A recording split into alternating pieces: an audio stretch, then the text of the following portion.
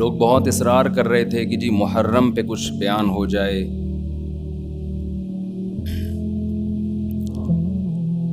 محرم میں 2 طرح کے موضوعات ہوتے ہیں. ایک تو کربلا کے موضوع کو بیان کیا جاتا ہے، اس پر میں ایک دفعہ بیان چند سال پہلے کر چکا ہوں کہ اس میں معتدل رائے کیا ہے. کبھی موقع ملا تو دوبارہ بیان کر دیں گے انشاءاللہ کہ اس سے ہمیں اسباق کیا ملتے ہیں، اس میں صحیح بات کیا ہے، واقعے کا صحیح پہلو کیا ہے. اس میں افراط و تفریط بہت ہے، مبالغہ آرائیاں بہت ہیں. سیدنا حسین ابن علی رضی اللہ تعالی عنہ کو کربلا میں شہید کیا گیا، یہ بہت بڑا ظلم ہے، اس میں 2 رائے نہیں ہو سکتی. اور بڑی بات یہ کہ حکومت کی سرپرستی میں یہ کام ہوا ہے، اس لیے یہ بڑا ظلم ہے. جو اسلامی حکومت تھی، جو خلافت کی دعوے دار تھی، شاید اسلامی تاریخ میں اس سے بدترین واقعہ ہمیں نہیں ملتا. لیکن یہ ایک واقعہ ہے، محرم کا اس سے براہ راست کوئی تعلق نہیں ہے. واقعات تو کسی نہ کسی مہینے میں ہوتے ہیں، کسی نہ کسی تاریخ کو ہوتے ہیں، تو ان واقعات سے عبرت حاصل کرنی چاہیے، نہ کہ ان تاریخوں کو پکڑ کے ہم بیٹھ جائیں کہ چونکہ اس تاریخ کو یہ ہوا تھا تو ہم نے یہ کرنا ہے، اس ڈیٹ کو یہ ہوا تھا تو ہم نے یہ کرنا ہے. ہمیں کسی قیمت بھی اسلام کا دامن ہاتھ سے نہیں چھوڑنا. حضرت حسین رضی اللہ تعالی عنہ جو کربلا میں نکلے تو محرم ہونے کی وجہ سے تھوڑی نکلے تھے، تو سیاسی حالات کو درست کرنے کی نیت سے نکلے. وہ محرم ہوتا تو بھی جاتے، سفر ہوتا تو بھی جاتے، ربیع الاول ہوتا تو بھی جاتے، رمضان ہوتا تو بھی جاتے. اس کا محرم سے کیا تعلق ہے؟ جس چیز کو آپ نے حق پہ سمجھا اس کے لیے آپ نے خروج کیا، اس کے لیے اپنی گردن کٹا دی. غیرت کی شہادت کو ذلت کی زندگی پر ترجیح دی، پورا خاندان کٹوا دیا مگر غیرت پر سودا نہیں کیا. تو اگر یہ سفر میں آپ کو موقع ملتا تو آپ سفر میں نکلتے، ربیع الاول میں موقع ملتا تو ربیع الاول میں نکلتے، رمضان میں ملتا تو رمضان میں نکلتے. ہمیں کیا کرنا ہے؟ چاہے محرم ہو، چاہے سفر ہو، چاہے ربیع الاول ہو، چاہے ربیع الثانی ہو، جمادی الاولی، جمادی الثانیہ، رجب، شعبان، رمضان، ہمیں حکم یہ ہے کہ شریعت نے ہمیں جو حکم دیا ہم اس سے تجاوز نہ کریں. اسلام کیا آرڈر دیتا ہے ہمیں؟ اسلام ہمیں غم کے موقع پہ بھی احکام دیتا ہے اور خوشی کے موقع پہ بھی احکام دیتا ہے. اس سے ہم نے دائیں بائیں نہیں ہونا. الذین اذا اصابتهم مصیبۃ قالوا انا للہ وانا الیہ راجعون. اہل ایمان کی علامت ہے جب انہیں کوئی مصیبت پہنچتی ہے تو کیا کہتے ہیں؟ ہم اللہ ہی کے لیے ہیں اور ہم نے لوٹ کر اللہ ہی کی طرف جانا ہے. یہ کہہ کے صبر کرتے ہیں. دیکھو مصیبت کے موقع پہ آپ کے پاس 2 آپشن ہیں، یہ قرآن نے دی ہیں. ایک انتقام، انما السبیل علی الذین یظلمون الناس. فرمایا جو کسی پہ ظلم کرے گا اس پہ گناہ ہوگا، جو ظلم کا بدلہ لے گا اس پہ گناہ نہیں ہوگا. وَجَزَاءُ سَيِّئَةٍ سَيِّئَةٌ مِثْلُهَا. قرآن کہہ رہا ہے برائی کا بدلہ اسی کے بقدر برائی. یہ بھی آپشن آپ کے پاس ہے. کسی نے آپ کے ساتھ ظلم کیا، زیادتی کی، آپ ظالم سے بولیں بدلہ لیں، آپ اجازت دی. تبھی تو قرآن نے کہا کوئی کسی کو قتل کر دے فَقَدْ جَعَلْنَا لِوَلِيِّهِ سُلْطَانًا فَلَا يُسْرِفْ فِي الْقَتْلِ.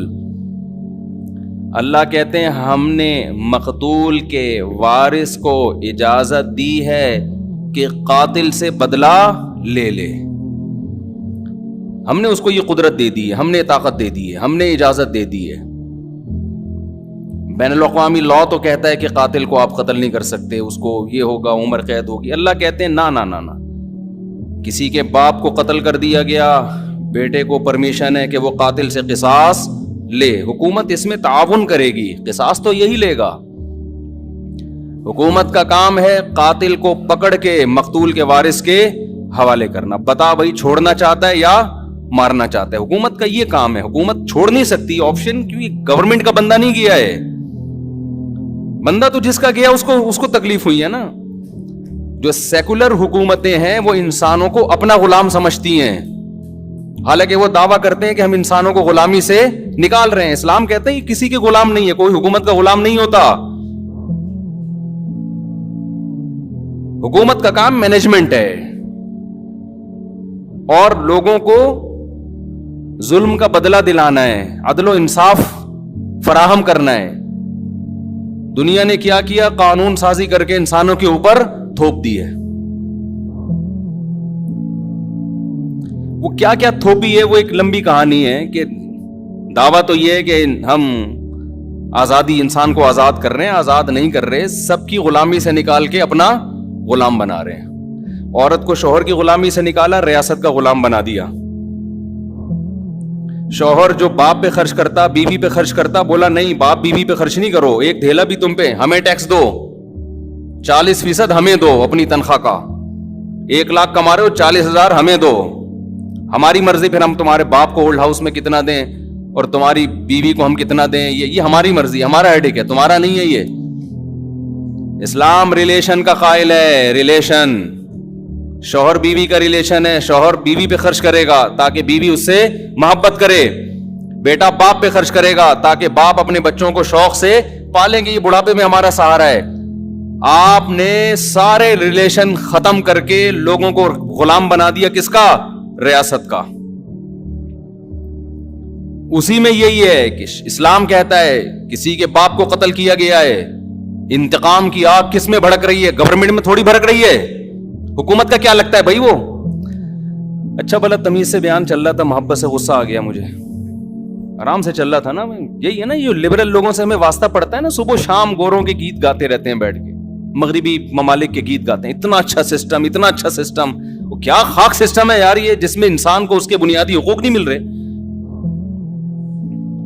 آپ کہہ سکتے ہیں ہمارے ملک میں کون سا مل رہے ہیں, تو ہمارے ملک میں اسلام نہ ہونے کی وجہ سے مل رہے ہیں. اسلام ہوتا تو مل رہے ہوتے. اس میں اسلام کا قصور نہیں ہے, یہ تو ہمارے حکمرانوں کا قصور ہے. ڈالر نیچے آ گیا سنا, تھوڑا سا خوش فہمی میں مبتلا ہونے کی ضرورت نہیں ہے. 10 روپے نیچے آئے گا, 20 روپے اوپر جائے گا. یہ تھوڑا سا ڈپریشن کم کرنے کے لیے گورنمنٹ کرتی ہے کہ تھوڑا سا نیچے لا کے دھکا دے کے اوپر لے کے جاؤ. تو یہ سیٹ اپ, خیر یہ ایک الگ تبصرے ہیں. تو اسلام ہے جو آپ کو بنیادی حقوق دیتا ہے. میرے باپ کو اللہ نہ کرے کوئی قتل کر دے, گورنمنٹ کا نقصان نہیں ہے. نقصان کس کا ہے؟ میرا انتقام کی آگ مجھ میں بھڑکتی ہے. اس کا نقصان یہ ہوتا ہے کہ میں قاتل کو تلاش کروں گا, وہ نہ ملے اس کے بھائی کو مار دوں گا, وہ نہ ملے اس کے ماموں کو مار دوں گا, جو ہوتا ہے قبائلی علاقوں میں. اسلام نے اس پہ پابندی لگا دی. نا نا نا نا نا.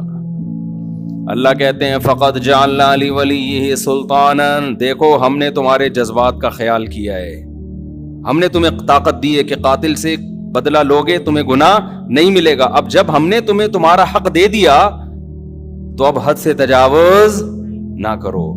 کیا مطلب؟ قاتل کے علاوہ کسی اور سے بدلہ لینے کی کوشش نہ کرو. اس نے آپ کا ایک مہمان مارا, آپ نے کہا ہم اس کے 2 مہمان ماریں گے. یہ کام وہ ایک پنجاب والا چلا گیا نا, پنجاب والا چلا گیا وزیرستان میں, وہاں قبائلی لڑائیاں ہو رہی تھیں, تو وہ کہیں باہر اس کو چارپائی پہ سلا دیا انہوں نے. تو اس کو ڈر لگ رہا ہے یار, ان کی تو دشمنی اٹھا کی رات کو آوازیں آتی, مجھے کوئی مار پور کے نہ چلا جائے. اس نے دروازہ بجایا, بھائی مجھے اندر سلا. اس نے کہا کیوں, گھبرا کیوں رہا ہے؟ اس نے کہا مجھے ڈر ہے آپ لوگ کی دشمنیوں میں نہ مارا جاؤں. اس نے کہا فکر نہ کرو, وہ ہمارا 1 مہمان مارے گا, خدا کی قسم اس کا 10 مہمان مارے گا. اس نے کہا بھائی اس کا تم 10 مارو 20 مارو, ہم تو مر گئے نا, ہم تو گئے کام سے.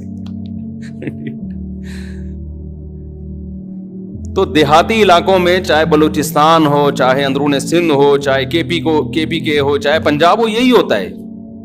جہاں قانون نہیں ہے وہاں کیا ہے, قاتل نہ ملے تو جو ملے اس کو مار دو. قرآن اس سے منع کر رہا ہے, نا نا نا نا نا. دیکھو ہم نے تمہیں رائٹ دیا, گورنمنٹ نہیں دیتی ہے, گورنمنٹ کہتی ہے نہیں, اتنے لمبے کیسز چلتے ہیں, مقدمے چلتے چلتے چلتے چلتے پھر جج پیسے کھا کے. ایسا بھی ہوتا ہے, جو ججز بیان سن رہے ہیں ان کے علاوہ کی بات کر رہا ہوں. تو انصاف نہیں ملتا انسان کو. عمر قید تو ہے ہی نہیں اسلام میں, لمبی جیل میں ڈال دیا, وہ اور بڑا مجرم بن کے آئے گا. وہ کھانے پینے سے گیا. یہاں کتنا اچھا قانون بنایا کہ قاتل کو پکڑ کے حکومت کیا کرے گی, باپ کو مارا ہے تو بیٹے کے حوالے, شوہر کو مارا ہے تو بیوی کے حوالے, لے بھائی اپنے میاں کا بدلہ لے لے. اور اگر دیت لے کے چھوڑنا چاہے تو اس کا بھی آپشن تیرے پاس ہے, دیت لے لے, چھوڑ دے اس کو. پھر قرآن نے دیت کی ترغیب دی, فَمَنْ عُفِيَ لَهُ مِنْ أَخِيهِ شَيْءٌ, جس کو اپنے بھائی کی طرف سے معافی مل گئی. یعنی اللہ مقتول کے وارث کو کہہ رہے ہیں قاتل بھی تمہارا دینی بھائی ہے, تو بھائی سمجھ کے چھوڑ دو. ترغیب دی ہے, زبردستی نہیں کی اسلام نے. حالانکہ اللہ تو زبردستی بھی کر سکتا ہے نا کہ چھوڑنا پڑے گا, لیکن اللہ کہہ رہے میں ایسے قانون کیوں بناؤں, حالانکہ وہ خدا ہے, اس کو ہم پہ حق ہے, پھر بھی وہ کہہ رہا ہے کہ ایسے قانون کیوں بناؤں کہ انتقام کی آگ بڑھ کے ان کے دل میں. جو خدا جب ہمارے جذبات کی رعایت کر رہا ہے تو گورنمنٹ کون ہوتی ہے جو رعایت نہ کرے بھائی؟ اللہ حکومت سے بڑا ہے کہ نہیں ہے؟ اس کو ہم پہ زیادہ قدرت ہے. تو قرآن نے کیا کہا, ترغیب دی کہ اس کو کیا کرو, معاف کرو. بہتر یہ معاف کر دو, دیت لے لو, پیسے لے کے چھوڑ دو, اس سے تمہاری غربت دور ہو جائے گی, تمہارا نقصان ہوا اس کی تلافی ہو جائے گی. اے اللہ, اس سے تو ہم اگر دیت لے کے چھوڑیں گے, یہ تو غیرت کے خلاف ہے. ہمارے باپ کو مارا, وہ قیامت میں کہے گا کہ پیسے لے کے چھوڑ دیا. تو اللہ کہتے ہیں نا نا نا نا نا نا نا, یہ دنیا کا سزا ہے, آخرت میں قاتل کو معاف نہیں کروں گا. دنیا میں تو قاتل سے قصاص لے بھی لیا جائے نا, گردن اڑا بھی دی جائے, تو اس کا جرم تھوڑی معاف ہوتا ہے. اس لیے کہ جس کو مارا ہے اس نے تو بدلہ ابھی لیا نہیں ہے. دیکھیں جب کوئی قتل کرتا ہے دو نقصان ہوتے ہیں, ایک تو جو بندہ مارا اس کا نقصان وہ گیا, دوسرا اس کے لواحقین کا نقصان. تو ابھی تو لواحقین کی تلافی ہوئی ہے, جو بندہ گیا ہے اس سے تو آخرت میں حساب لیا جائے گا. میں سمجھا پا رہا ہوں اپنی بات کہ نہیں سمجھا پا رہا؟ ابھی میں نے محرم پہ بیان کرنا ہے, لیکن یہ قصاص کی بات درمیان میں آ گئی. میں یہ بتانے کے لیے کہ ہر چیز کا ایک ضابطہ ہے, لا بیان کیا ہے اسلام نے. تو قرآن کیا کہہ رہا ہے, قاتل کو فلا یسرف فی القتل, ہم نے اجازت دے دی ہے تو قتل میں حد سے تجاوز نہ کرو. نمبر 1, حد سے تجاوز کیا ہے, جس نے قتل کیا اس کے علاوہ کسی اور کو مارنے کی کوشش نہ کرو. پھر اس کا چاچا آ گیا تو اس کا ماموں آ گیا تو اس کا خالو آ گیا, اس کو اڑا دیا. نا نا نا نا. نمبر 2, قتل کرنے میں بھی حد سے تجاوز نہ کرو, اس کو تڑپا تڑپا کے مت مارو. تبھی حدیث میں آتا ہے لا قواد الا بالسیف, قصاص لیا جائے گا تلوار سے, اس میں تکلیف کم ہوتی ہے. سعودی عرب میں گردنیں اڑائی جاتی ہیں نا, دیکھی ہوں گی آپ نے, اب تو وہاں بھی آہستہ آہستہ کم ہو رہا ہے. اس میں کیا کرتے ہیں, جلاد ادھر ایک تلوار لگاتا ہے گردن پہ پیچھے, جیسے ہی تلوار لگتی ہے آپ کی جتنے بھی کنیکشن ہے نا دماغ اور باڈی کا, فوراً ختم, تکلیف کا احساس ختم. ادھر قاتل کی گردن الگ ہوئی, قاتل تڑپتا ہوا نظر آتا ہے مگر اسے تکلیف بولو نہیں ہوتی, کیونکہ دماغ اور باڈی کا کنیکشن کیا ہو گیا, ختم. تو وہ تکلیف کیسے محسوس کرے گا؟ لیکن دہشت بہت ہوتی ہے, کیونکہ جس طرح اس کی گردن الگ ہو کے گرتی ہے اور جس طرح اس کی لاش تڑپ رہی ہوتی ہے, اس سے لوگوں پر ایک دہشت طاری ہو جاتی ہے اور لوگ قتل سے بچ جاتے ہیں کہ یار ہمارا بھی انجام ہوگا. کتنا پیارا حکم ہے کہ جو قتل کا مقصد تھا لوگوں کو بچانا آئندہ جرم سے, وہ مقصد پورا پورا حاصل ہو رہا ہے اور قاتل کو تکلیف کم سے کم دی جا رہی ہے. میں سمجھا پا رہا ہوں اپنی بات؟ لیکن جو اسلام مخالف قوتیں, ان کا قانون کیا ہے, بند کمرے میں لٹکاؤ. بند کمرے میں کسی کو عبرت ہوگی ہے بھائی؟ ایک صاحب سعودی عرب سے آئے, بہت پرانی بات ہے, انہوں نے کہا کہ میں نے پہلی دفعہ سعودی عرب میں جب قصاص دیکھا نا, گردن اڑائی, تو میں 2 گھنٹے کانپتا رہا ہوں کھڑے ہوئے. بتاؤ جس نے یہ منظر دیکھا ہو وہ خود کسی کو قتل کرنے کی جرت کر سکتا ہے؟ حالانکہ بلوچ تھے, وہ ہمارے دوست تھے اور بڑے مضبوط بلوچ تھے. بلوچ تو ویسے ہی مضبوط عام طور پر ہوتے ہیں, بہادر بھی ہوتے ہیں. ان کو وہ کہہ رہے پھر بھی مجھے, میں کیا کر رہا ہوں, ایسے کانپ رہا ہوں. تو بتاؤ یہ دہشت کے بعد کوئی ہمت کرے گا؟ لیکن جس کو قتل کیا ہے قصاصاً, اس کو تکلیف بولو کم سے کم. لیکن جو اسلام مخالف قانون ہے وہ ہے پھانسی. بند کمرے میں کیا کرتے ہیں؟ پھانسی لٹکا دیتے ہیں. اس میں قتل ہونے والے کو تکلیف اور اذیت بے انتہا ہے. گلا گھونٹ کے مارو کسی کو, آپ اپنا گلا گھونٹیں تھوڑی دیر کے لیے, اندازہ ہو جائے گا اس میں کس قدر اذیت ہوتی ہے. لیکن عبرت کا پہلو اس میں کیا ہے؟ 0. کیونکہ بند کمرے میں چھپا کے ہوتی ہے. ایک نقصان تو یہ.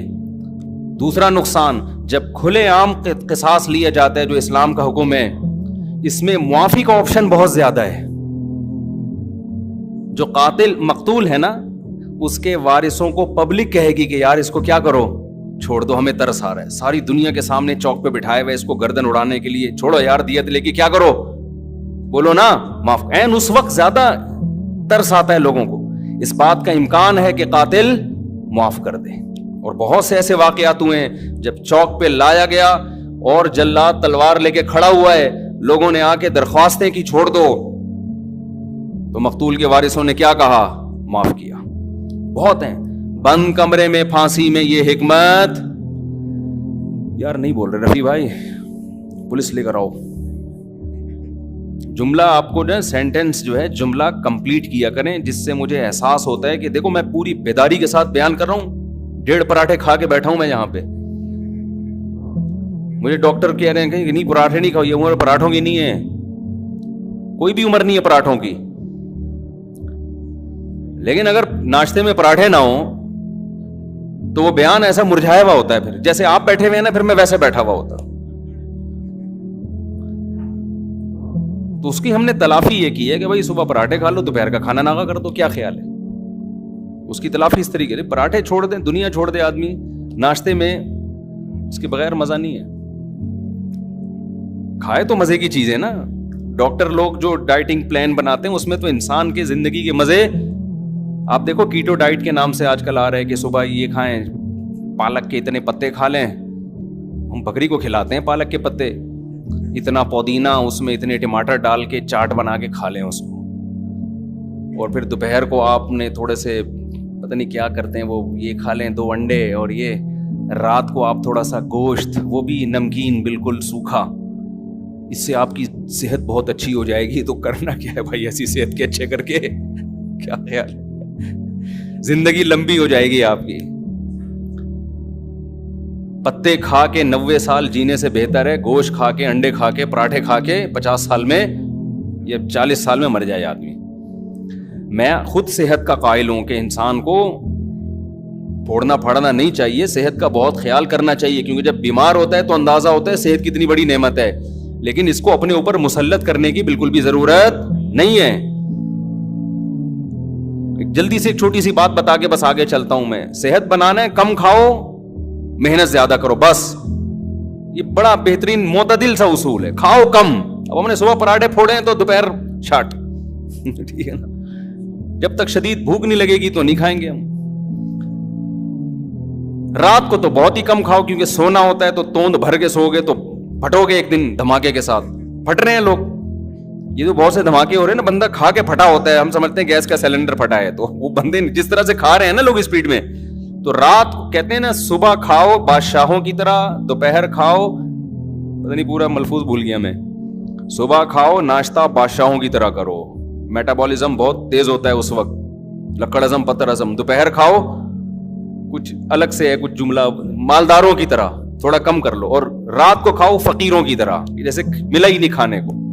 ہمارے یہاں الٹا ہے, صبح ایک سلائس بریڈ میں نا ڈبو کے کھا رہے ہیں بس ایک انڈا.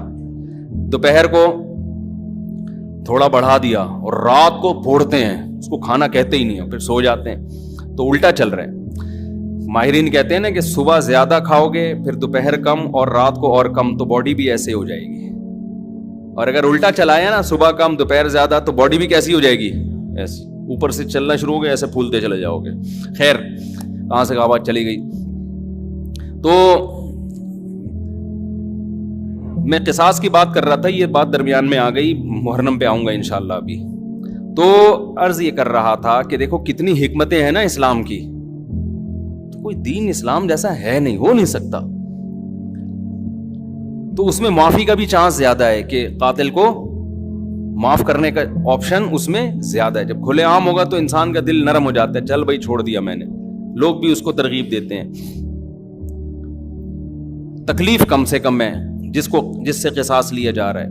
اچھا, ایک اور فائدہ کیا ہے, دنیا میں لا بنتے ہیں, قانون بنتے ہیں, بڑے بڑے ماہرین بحث کرتے ہیں کہ یار اگر ہم قاتل کو قتل کر دیں گے, پھانسی دے دیں گے, تو ایک بندہ تو مرا ہی ہے انسان, اس کے بدلے میں ایک اور کو ہم نے مار دیا, تو یہ کون سا کمال کر لیا. سمجھ میں آ رہی ہے بات؟ یعنی قتل کو روکنے کے لیے ایک اور بندے کو قتل کر دینا, یہ کون سا کمال ہے. دنیا میں جو لوگ بھی پھانسی کی سزا کے خلاف ہے نا, جو ہیومن رائٹس کی بات کرتے ہیں, وہ یہ دلیل دیتے ہیں کہ جرم کو روکنے کے لیے بندہ قتل ہونے سے بچاؤ, قتل ہونے سے بچا کے جرم سے روکو اس کو. سمجھ میں آ رہی بات؟ بھائی زید نے بکر کو قتل کیا, اب دنیا کے ماہرین کہتے ہیں بکر ایک انسان ہے نا, دنیا سے چلا گیا, مزید دنیا سے انسان نہ جائیں اس کے لیے انسان ہی کو ختم کر دینا, یہ کون سی لاجک ہے. تو زید کو ہم قتل نہیں کریں گے, پنشمنٹ ہوگی, سزا ہوگی تاکہ وہ قتل سے بچ جائے, ورنہ بندہ مارنے کے لیے بندہ ہی مار دینا, یہ ایسے جیسے غربت ختم کرنے کے لیے غریبوں کو ختم کر دینا. بھئی غربت ختم کرنے کے ایک طریقے سارے غریبوں کو کنٹینر میں بند کر کے بم سے اڑا دو, غربت کیا ہو جائے گی, ختم. تو وہ یہ دلیل دیتے ہیں کہ یار انسانیت کو قتل سے روکنے کے لیے ایک انسان ہی کو قتل کر دینا, کیونکہ زید نے بکر کو مارا, غلط کیا, تو زید بھی تو بکر جیسا ہے نا, جتنا قیمتی بکر کا خون اتنا ہی قیمتی زید کا خون, تو اس کو قتل نہیں ہونے دیں گے ہم. یہ انسانوں کی لاجک ہے جو خدا کے قانون کے مقابلے میں اس کی کوئی حیثیت نہیں. قرآن نے اس لاجک کا جواب دیا ہے. یہ پہلے بھی لوگ تھے اس طرح کی باتیں کرتے تھے. قرآن نے کہا وَلَكُمْ فِي الْقِصَاصِ حَيَاةٌ يَا أُولِي الْأَلْبَابِ, اے عقل مندو, وہ لوگ جن کی عقل صحیح کام کرتی ہے, سنو, ہم جو کہہ رہے ہیں کہ قاتل کو قتل کر دو, تو اس قتل میں انسانیت کا قتل نہیں ہے, انسانیت کی بقا ہے. ایک مارو گے کروڑوں بچیں گے, اور اگر ان کو جیل میں ڈال ڈال کے چھوڑتے رہو گے نا, تو قتل دنیا میں ختم ہونے کے بجائے بڑھے گا. اور یہ جو تمہاری لاجک ہے کہ بکر کا خون جتنا قیمتی تھا زید بھی اتنا ہی قیمتی ہے, اس لاجک کا جواب یہ کہ بڑے نقصان سے بچنے کے لیے چھوٹا نقصان برداشت کیا جاتا ہے. زید کا خون قیمتی ہے مگر اتنا نہیں جتنا معصوم لوگوں کا خون قیمتی ہے. ان معصوموں کے خون کی زیادہ قیمت ہے, قاتل کے خون کی اللہ کی نظر میں قیمت نہیں ہے. سمجھ میں آ رہا ہے کہ نہیں آ رہا؟ اس بے قیمت خون کو بہانے سے قیمتی خونوں کی حفاظت ہو جائے گی. تو اللہ نے ایک نظام بنایا ہے, جو میں اصل بات عرض کر رہا تھا. اب کیا ہے, میں اصل موضوع کی طرف آتا ہوں دوبارہ. اللہ تعالی نے محرم بھی دیا ہمیں, سفر بھی دیا ہمیں, ربیع الاول بھی دیا ہمیں پچھلی قوموں کے واقعات بھی سنائے, یہود و نصارہ کے. قرآن کہتا ہے یہود و نصارہ نے اپنے دین کو کھیل اور تماشا بنا لیا, لہو و لعب. کیا مطلب لہو و لعب بنا لیا؟ جن احکامات کو فوکس کیا گیا تھا نا تورات اور انجیل میں, ان احکامات سے غافل ہو گئے اور اپنی طرف سے احکامات گڑ گڑ کے ان کو فالو کرنا شروع کر دیا. سمجھ میں آ رہی ہے بات؟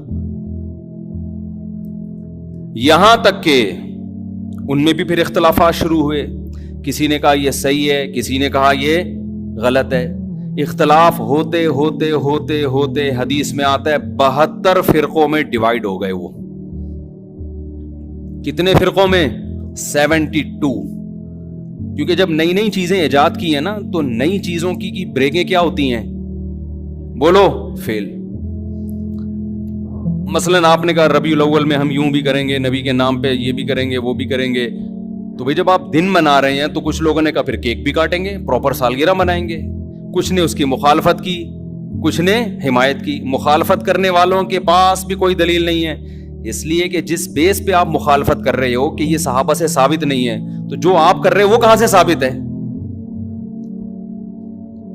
تو ٹکڑوں میں بٹنا، فرقوں کے اندر فرقیاں نکلنا شروع، فرقوں کے اندر فرقیاں.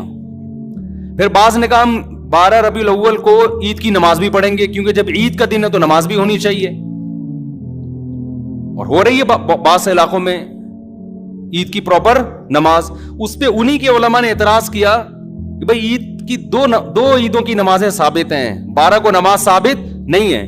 اس پہ سوال اٹھا کہ جب آپ دوسرے پہ رد کرتے ہو تو کہتے ہو یہ ثابت نہیں ہے، تو جو کام آپ نہیں جو کر رہے ہو عید کے علاوہ بھی تو بہت سارے کام کر رہے ہیں 12 ربیع الاول کو، یہ کہاں سے نبی سے ثابت ہیں، صحابہ سے ثابت ہیں؟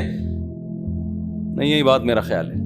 جب آدمی کی بیس مضبوط نہیں ہوتی نا تو وہ فرقوں میں اور تفرقے میں بٹتا چلا جاتا ہے. وہ فرقے سے فرقیاں، فرقیوں کی پھر ذیلی فرقیاں، وہ ہوتے ہوتے اتنا کچومڑ بن جاتا ہے کہ سمجھ میں نہیں آتا کہ میں اس کو فالو کروں یا اس کو فالو کروں. میں سمجھا پا رہا ہوں اپنی بات؟ تو نبی نے فرمایا بنی اسرائیل 72 میں، میری امت 73 فرقوں میں تقسیم ہوگی. لے بھائی، اب آپ تو ہو گئے نا کنفیوز، کیا خیال ہے؟ ارے وہ 72 میں ڈیوائیڈ ہوئے، ہم کتنوں میں ڈیوائیڈ ہوں گے؟ 73. اب آپ بتاؤ اگر نبی صرف اتنی بات بتاتے، آگے نہ ہوتا، تو ہم تو پاگل ہو جاتے کہ نہیں ہو جاتے؟ مجھے لگ رہا ہے آپ نہ پاگل ہوں گے نہ عقل مند ہو گے. پاگل ہو جاتے ہیں نا کہ یار ہم تو اتنے کنفیوز ہو جائیں گے. کون سا، لوگ مجھ سے آ کے کہتے ہیں سمجھ میں نہیں آتا کون سا مولانا درست ہے، گرین چینل صحیح ہے کہ وائٹ چینل صحیح ہے کہ بلیک چینل صحیح ہے، کالے کپڑے پہنے کہ سفید کپڑے پہنے کہ پیلی چپل پہنے کہ نیلی چپل پہنے، چپلوں میں، کرتوں میں، ٹوپیوں میں، بغیر ٹوپی والے. پنجاب میں ایسی مسجد بھی ہے، میں پنجاب گیا ہوا تھا تو مسجد میں 2 جماعتیں ہو رہی تھی، ٹوپی والوں کی الگ اور بغیر ٹوپی والوں کی الگ. ایک فرقہ ہے وہ کہتا ہے ٹوپی نہیں پہنو، وہ کبھی بھی ٹوپی نہیں پہنتے. ایک ٹوپی والوں کی الگ ہو رہی تھی اور بغیر ٹوپی والوں کی الگ ہو رہی تھی. تو فرقے در فرقیاں، یہ فرقیاں لفظ میں نے خود نکالا ہے، فرقی یہ ہے نہیں عربی میں، لیکن یہ اردو میں یہی اچھا لگ رہا ہے.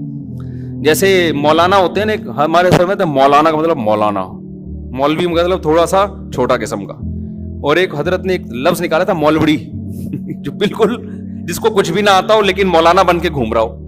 تو کہتے ہیں یہ جو مولوڑی ہیں نا یہ فساد پیدا کرتی ہیں، نہ یہ مولوی ہے نہ یہ مولانا ہے، یہ کیا ہے؟ چھوٹی چھوٹی مولوڑیاں. ان کو آتا کچھ بھی نہیں ہے لیکن مولانا بنے ہوئے فتوے دے رہے ہوتے ہیں. تو 73 فرقوں میں امت کیا ہوگی؟ ڈیوائیڈ. ہم ابھی اسی سے ڈرے بیٹھے تھے کہ یار اتنے فرقے، نبی نے ہمیں اور ڈرا دیا. آگے جو الفاظ ہیں اس سے تو اور زیادہ خوف پیدا ہو رہا ہے، پھر نبی تسلی بھی دیں گے. اور خوف پیدا ہو رہا ہے. آپ نے فرمایا کلہم فی النار الا واحدہ، ایک کے علاوہ سب کے سب کہاں جائیں گے؟ جہنم کی آگ میں. سب کو اٹھا کے پھینک دے گا اللہ جہنم میں. لو بھائی، اس سے تو ہمارا خوف کم ہونے کے بجائے اور زیادہ بڑھ گیا. اگر نبی اتنا ہی کہتے 73 فرقوں میں ڈیوائیڈ ہو جاؤ گے، ہم کہتے کوئی بات نہیں یار، 73 میں سے ہو سکتا ہے 70 جنت میں جائیں، تو ہم کس میں سے ہوں گے؟ انہی 70 میں سے ہوں گے.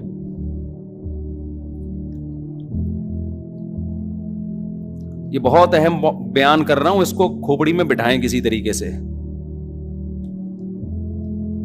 کلہم فی النار، سب کے سب کہاں ہوں گے؟ جہنم میں.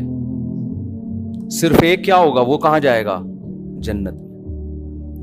صحابہ علم پر حریص تھے، انہوں نے فوراً نبی سے پوچھ لیا کہ یا رسول اللہ وہ ایک جنتی کون سا ہے؟ اگر یہ نہ پوچھتے تو کتنا بیڑا غرق ہو جاتا ہمارا. نبی نے اس فرقے کا نام نہیں بتایا.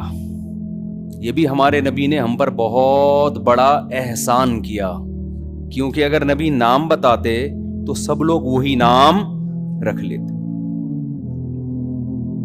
ایک آدمی کہتا ہے جی یہ میری طرف سے مٹھائی لے جاؤ, وسیم نام کا آدمی ہوگا, صرف اسی کو دینا. اب مجمع میں ایک وسیم ہے, سلیم ہے, غفار ہے, ستار ہے, یعقوب ہے, یوسف ہے, سارے بیٹھے ہوئے ہیں, بھوک سب کو لگ رہی ہے, مٹھائی کھانے کا سب کا دل کر رہا ہے. شناختی کارڈ کسی کے پاس نہیں ہے. پہلے سے اس نے اناؤنس کر دیا کہ بھائی وسیم نام کے آدمی کے لیے مٹھائی آ رہی ہے, تو سارے وسیم بن جائیں گے کہ نہیں بن جائیں گے؟ سب کہیں گے وسیم کون ہے؟ میں ہوں. اس کو پتا ہے اس نے کون سا نادرا میں جا کے دیکھنا ہے, ایک مٹھائی کے ڈبے کے لیے نادرا میں تھوڑی لے کے جائے گا, سب وسیم بن جائیں گے. آج یہی ہو رہا ہے. جماعت المسلمین نے کہا کہ نبی صلی اللہ علیہ وسلم نے فرمایا قرب قیامت میں جماعت المسلمین کو لازم پکڑنا. 1975 میں ایک جماعت بنائی گئی جس کا صدیوں تک کوئی وجود نہیں ملتا. اس کا ایک امیر خود ساختہ نام رجسٹر کروایا گورنمنٹ آف پاکستان سے جماعت المسلمین, اور وہ جتنی حدیثیں جماعت المسلمین کے بارے میں تھی وہ سارے مٹھائی کے ڈبے لینے کے لیے کھڑے ہو گئے کہ جی یہ ڈبے کس کے ہیں؟ یہ ہمارے ہیں, کیونکہ نبی نے کہا تھا جماعت المسلمین کو لازم پکڑنا.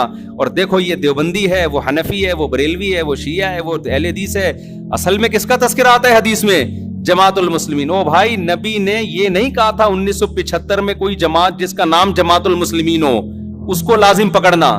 نبی کا مطلب تھا مسلمانوں کی جماعت کے ساتھ چمٹے رہنا, الگ سے کوئی فرقہ نہیں بنانا. آپ نے اپنی جماعت کا نام مسلمانوں کی جماعت رکھ لیا.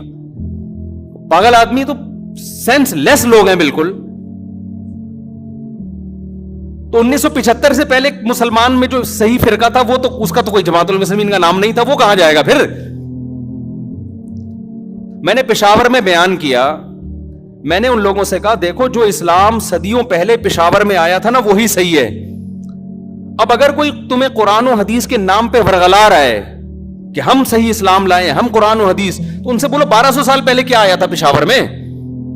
فقہ حنفی آیا تھا نا. تو اب تھوڑی اسلام آ رہا ہے, ساری کتابوں میں لکھا ہے اسلام پشاور میں 1000 سال 1200 سال پہلے آیا, تو وہ کیا آیا تھا اور اب کیا آ رہا ہے؟ اس پہ ایک مولانا نے میرے خلاف بیان کیا کہ اہل حدیث تو امام احمد بن حنبل کے دور میں بھی تھے. مجھے اہل حدیث سے اتنا بڑا اختلاف نہیں ہے, میں ان کو اہل سنت والجماعت میں داخل سمجھتا ہوں چند اختلافات کے ساتھ. وہ میرے اختلافات ہیں, وہ علمی نوعیت کے اختلافات ہیں. باقی ان میں جو متشدد ہیں وہ گمراہ ہیں, جو معتدل ہیں ان پہ ہم وہ فتویٰ نہیں لگاتے جو ہم دوسروں پہ لگاتے ہیں. لیکن یہ دلیل محترم کی صحیح نہیں ہے, اس لیے کہ آپ جو امام احمد بن حنبل سے ثابت کر رہے ہیں کہ انہوں نے کہا اہل حدیث جنت میں جائیں گے, اس سے وہ فرقہ اہل حدیث مراد نہیں ہے, اس سے وہ لوگ مراد ہے جو حدیث کو فالو کرتے ہیں.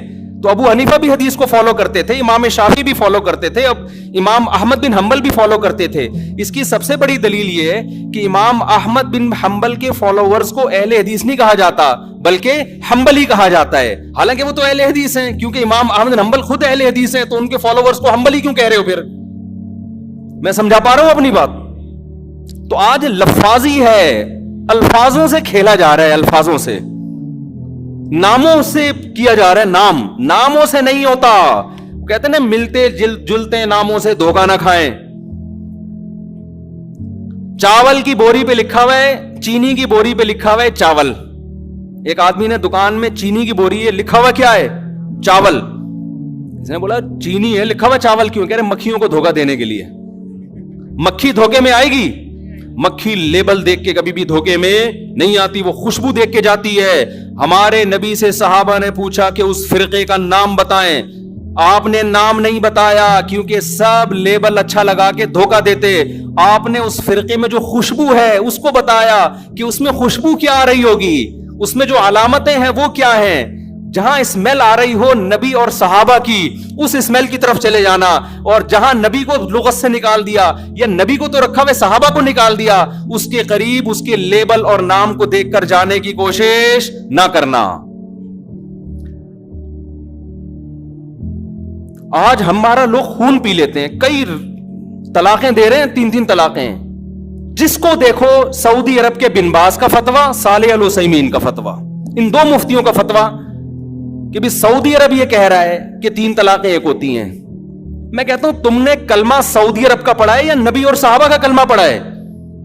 کوئی ایک صحابی دکھا دو جس نے 3 طلاق کو ایک کہا ہو, اور میں درجنوں دکھاؤں گا آپ کو. یار آپ لوگوں نے صحابہ سے بھی زیادہ سعودی عرب کے علماء کو بنا لیا ہے. یہ تو 15ویں صدی کے علماء ہیں. وہ کہتے ہیں وہ حدیث کوٹ کرتے ہیں, اس حدیث کا مطلب صحابہ نے کیا سمجھا؟ کسی ایک صحابی نے اس حدیث کا وہ مفہوم لیا جو سعودی علماء لے رہے ہیں.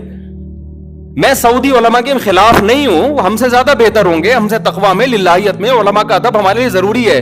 مگر آپ نے جب تقلید کرنی ہے تو آپ سعودی علماء کی کرو گے یا صحابہ کی؟ صحابہ کی کرو گے. آپ فقہ حنفی کو نہیں مانتے, آپ شافعی کو نہیں مانتے, صحابہ کو تو سب مانتے ہیں نا. کوئی ایک صحابی دکھا دو جس نے 3 طلاق کو ایک کہا ہو. حتیٰ کہ جو صحابی 3 کو ایک کہنے والی حدیث بیان کر رہے ہیں وہ بھی 3 کو کتنی کہتے ہیں؟ 3 کہتے ہیں. اس کا مطلب اس حدیث کا وہ مفہوم نہیں ہے جو بن باز مراد لے رہے ہیں. ایسے تماشے ہو رہے ہیں نا طلاقوں کے بعد. آج کل شوہر طلاقیں دیتا ہے, بیوی اپنی مرضی کا فتویٰ, بیوی کو رہنا ہے تو اہل حدیث سے فتویٰ لا رہی ہے, نہیں رہنا تو حنفیوں سے فتویٰ لے کے آ رہی ہے. قرآن نے جہاں طلاق کے مسائل بیان کیے وہاں اللہ نے کہا کہ اللہ کی آیات کو, اللہ کے احکام کو مذاق نہ بناؤ. اہل حدیث حضرات علماء کی انتہائی عزت کے ساتھ, لیکن میں یہ اپنا رونا میں ان کے سامنے روتا ہوں کہ آپ لوگوں کی وجہ سے طلاق کے احکام مذاق بن چکے ہیں اس وقت. آپ اس پہ دوبارہ سے تحقیق کریں. اس لیے ہم کہتے ہیں لوگوں کو مجتہدین کو فالو کرو, ان کا علم آج کے مولویوں سے زیادہ, وہ قرآن و حدیث کو آج کے لوگوں سے زیادہ بہتر سمجھتے تھے. ہم قرآن حدیث کے مقابلے میں ابو حنیفہ کو فالو نہیں کرتے, خوب سمجھ لو. ہمارا یہ رائے ہے, فتویٰ ہے, جو صحیح حدیث کے مقابلے میں ابو حنیفہ کو فالو کرے گا کافر ہو جائے گا. گمراہ تو دور کی بات ہے. بات یہ ہوتا ہے کہ حدیث کا ایک تشریح ابو حنیفہ کہتے ہیں, ایک تشریح آپ کی نظر میں ہوتی ہے. ہم اس تشریح کو ترجیح دیں گے جو ابو حنیفہ کی رائے ہوگی. آپ کی رائے پر ابو حنیفہ کی رائے کو ترجیح دے رہے ہیں, نبی کی رائے پر ابو حنیفہ کی رائے کو ترجیح نہیں دے رہے. خدا کی قسم لا الہ الا اللہ, جو قرآن و حدیث پر ابو حنیفہ کو ترجیح دے گا اللہ کی قسم کافر ہو جائے گا وہ. ہمارا موقف 2 اور 2 4 کی طرح ہے, لیکن بات یہ آپ کے کہنے سے نہیں ہم کریں گے. آپ کی ایک رائے ہے جو صحیح بھی ہو سکتی ہے, غلط بھی. ابو حنیفہ کی بھی ایک رائے ہے جو صحیح بھی ہو سکتی ہے, غلط بھی, لیکن اس میں غلطی کا امکان کم, آپ میں غلطی کا امکان زیادہ ہے.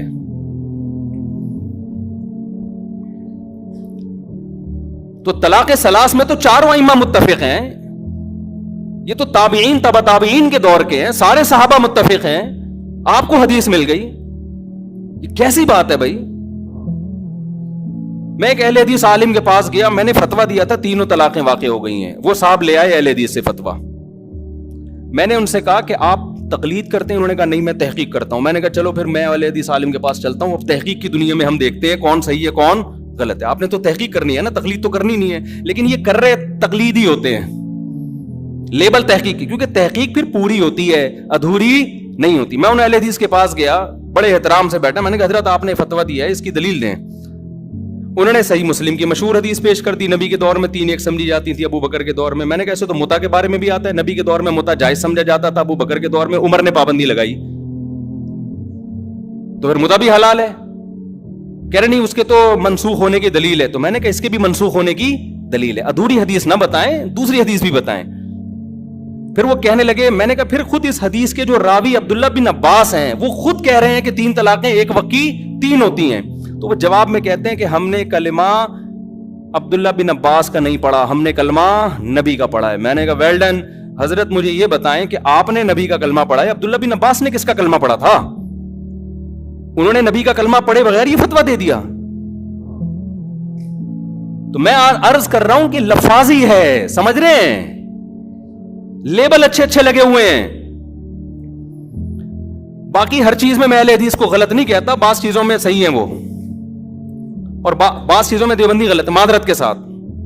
اللہ یہ کہ دیوبندیوں کے جو محققین ہیں, بڑے بڑے علماء ہیں, وہ ایسی غلطیاں نہیں کرتے. مفتی تقی عثمانی صاحب ہو گئے, اس لیول کے جو علماء ہیں نا وہ معتدل ہیں. وہ آپ نے دیوبندیت کو سمجھنے کے لیے ہر آدمی کو فالو نہیں کرنا, ہر ایک کا بیان آپ یوٹیوب پہ سن کے فتویٰ لگا دو کہ یہ ایسا نہیں ہے بھائی. بعض لوگ کیا کرتے ہیں, دیکھ کے چاول جیسے تھوڑے سے چکھے آپ نے اور پوری دیکھ پہ حکم لگا دیا. بعض لوگ کیا کرتے ہیں, کسی اسکالر نے کوئی غلط بیان, مسئلہ غلط بیان کیا, فوراً کوئی فتنہ پرور بیٹھا ہوتا ہے, اس کا کلپ چلاتا ہے, دیکھو دیوبندی کیا کہہ رہے ہیں. او بھائی یہ پورا دیوبندی ٹھیکیدار تھوڑی ہے یہ بندہ کہ جو بولے گا آپ نے سب پہ ٹھوک دیا اس کو. میں تو آپ کو پھر بھی دیوبندی بریلوی کی بحث میں, یہ تو لوگوں نے مشہور کی ہوئی ہے, ہمیں تو ہم اللہ کی قسم اٹھا کے کہتے ہیں کہ اپنے نام کے ساتھ نہ دیوبندی لگاؤ نہ بریلوی. میرے نام کے ساتھ لگایا تھا, میں نے ہٹوایا ہے لوگوں سے. یہ بھی ہمارے اکابر کی تعلیمات ہیں. کیوں؟ جو فرقہ جنت میں جائے گا اس پہ لیبل سے نبی کیا کہہ رہے ہیں اس کے متاثر نہ ہو. اب نبی فرما دیتے, صحابہ نے پوچھا یا رسول اللہ کون سا فرقہ جنتی ناجیہ نجات پانے والا کون سا ہوگا؟ تو ہمارے نبی کا ہم پر یہ احسان کہ آپ نے وہ نام نہیں, آپ اگر کہتے اہل حدیث ہوں گے تو جمعے کی نماز میں ٹانگیں چوڑی کر کے پڑھاتا, میں زور سے آمین کہتا. ایسا ہی ہے نا. ہمارے نبی کہتے کہ وہ حنفی ہوں گے تو جتنے اہل حدیث ہیں وہ کیا بن جاتے, سارے حنفی بن جاتے. ہمارے نبی کہتے کہ وہ ہری پگڑی والے ہوں گے, اب تو انہوں نے بھی سفید کر دی پگڑی, تو ہم سب ہرے ہرے ہوتے یہاں پہ. کیا خیال ہے؟ پگڑی بھی ہری ہوتی, اور اب مجھے نہیں پتا ان کا کیا کیا ہرا ہوتا ہے, اللہ بہتر جانے. اور کیا ہرا ہوتا ہے؟ پین ہرا ہوتا جی,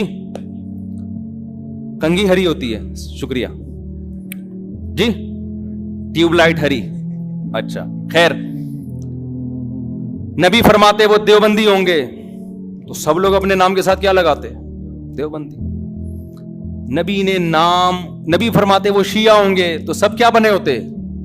ہم محرم میں کالے کپڑے پہن کے بیٹھے ہوتے, سب اپنے آپ کو شیعہ ثابت کرنے میں لگے ہوتے.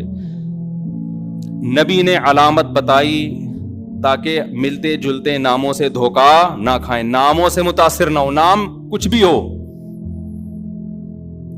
اول تو ہمارا نام مسلم رکھ دیا ہے قرآن نے, تو ہم سب کیا ہیں؟ مسلم ہیں, جس کو اردو میں مسلمان کہا جاتا ہے. ہمیں کسی اور شناخت کی بالکل ضرورت نہیں ہے. سوال پیدا ہوتا ہے پھر یہ مشہور کیسے ہو گئے دیوبندی بریلوی؟ میں بار بار کہتا ہوں یہ لوگوں نے نام دیے ہیں آسانی کے لیے. مثال کے یہ لوگ کیوں نام دیتے ہیں؟ آپ کہیں رشتہ لینے کے لیے جائیں, لڑکی والے آپ کا کانسیپٹ پوچھنا چاہتے ہیں کہ یہ میلاد شریف والا ہے, تیجے 40ویں والا ہے, ربیع الاول میں پروگرام والا ہے, یا یہ والا نہیں ہے. اب وہ پوری ڈیٹیل پوچھیں تمہارا عقیدہ کیا ہے, پوری ڈیٹیل کے بجائے شارٹ نام رکھا ہوا ہے. بھائی جو یہ کرتے ہیں ان کو بریلوی کہا جاتا ہے, جو یہ نہیں کرتے ان کو کیا کہا جاتا ہے؟ دیوبندی. تو ان شارٹ وہ انہوں نے, کیونکہ مسلمان تو دونوں ہی کہلاتے ہیں نا. ایک صاحب مجھے کہنے لگے آپ حنفی کیوں ہیں, آپ مسلم کیوں نہیں ہیں؟ میں نے کہا ہم حنفی شافی کے مقابلے میں ہیں, غیر مسلم کے مقابلے میں ہم مسلم ہیں. ہم دیوبندی بریلوی کے مقابلے میں کہلاتے ہیں, غیر مسلم کے مقابلے میں تھوڑی ہم دیوبندی ہوں, تو مسلم ہیں. تو اللہ نے ہمارا نام مسلم غیر مسلم کے مقابلے میں رکھا ہے. باقی نام بھی ہم نے نہیں رکھے, پبلک نے اپنی آسانی کے لیے رکھے, پھر وہ مشہور ہو گئے. ورنہ نہ دیوبندیت میں کچھ ہے نہ بریلویت میں کچھ ہے. اصل میں تو وہ علامت جو نبی بیان کر رہے ہیں, وہ علامت جس میں پائی جائے گی, خواہ وہ دیوبندیت کے نام سے ہو, اہل حدیث کے نام سے ہو, بریلوی کے نام سے ہو, شیعہ کے نام سے ہو, سنی, اس سے کوئی فرق نہیں پڑتا. نام تو وہی دینا چاہیے مسلم. لیکن میں بتا رہا ہوں لوگ اپنی آسانی کے لیے نام دیتے ہیں. کس مکتبہ فکر سے آپ کا تعلق ہے, تاکہ ان شارٹ بات ہو جائے نا. تو نام نبی قرآن نے ہمیں مسلم دیا, اور علامت کیا بتائی؟ صحابہ نے پوچھا یا رسول اللہ کیا کون سا فرقہ؟ آپ نے فرمایا ما انا علیہ و اصحابی. کیا بلاغت ہے یار اس کلام میں, سارے فرقوں کا پول پٹیاں کھول دی. آپ نے یہ نہیں فرمایا جو قرآن کو فالو کرے گا, یہ نہیں فرمایا, کیونکہ ہر فرقہ نسبت کہاں کرتا ہے؟ قرآن تو سب کی بیس ہے نا, قرآن ہی سے نکل گئے. کیا خیال ہے بھائی؟ ایک فرقہ مسلمانوں میں آئے اور کہ میں تورات کو مانتا ہوں قرآن کو نہیں مانتا ہوں، تو ہے ہی نہیں، تو کسی کھاتے میں ہے ہی نہیں، نکل یہاں سے. بیس تو قرآن ہے اور قرآن کو ماننا بھی ضروری ہے، اس کو فالو کرنا بھی، لیکن فرقوں میں جب فرق کیا جا رہا ہے تو قرآن کا تذکرہ نہیں. ما انا علیہ، جس پر میرا عمل میں چلوں، تو نبی جس پر چلے اس کو تو حدیث کہا جاتا ہے.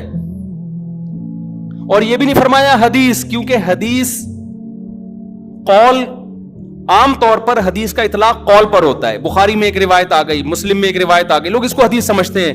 نبی کا جو پراپر عمل رہا ہے، کس پر آپ صلی اللہ علیہ وسلم عمل کر کے گئے ہیں، اس کو آج کل کے لوگوں نے حدیث سے خارج کر دیا. مثال کے طور پر امام مالک حدیث لے کر آتے ہیں ہاتھ باندھ کے نماز پڑھنے کی، فتویٰ دیتے ہیں ہاتھ چھوڑ کے نماز پڑھی جائے. میں مسجد نبوی میں بیٹھا ہوا تھا، ایک صاحب تقریر کر رہے تھے اردو میں، سارے فتنے وہاں اردو اسپیکنگ جا کے پھیلاتے ہیں، عرب میں نہیں عام طور پر یہ تشدد. اس سے کسی نے پوچھا کہ ہاتھ چھوڑ کے نماز پڑھنا کیسا ہے؟ انہوں نے کہا بالکل ناجائز، بدعت. کیوں؟ حدیث میں آتا ہے ہاتھ باندھ کے نماز، ہم حدیث کو فالو کریں گے، امام مالک کو فالو نہیں کریں گے. اتنی سختی سے امام مالک پہ رد کیا.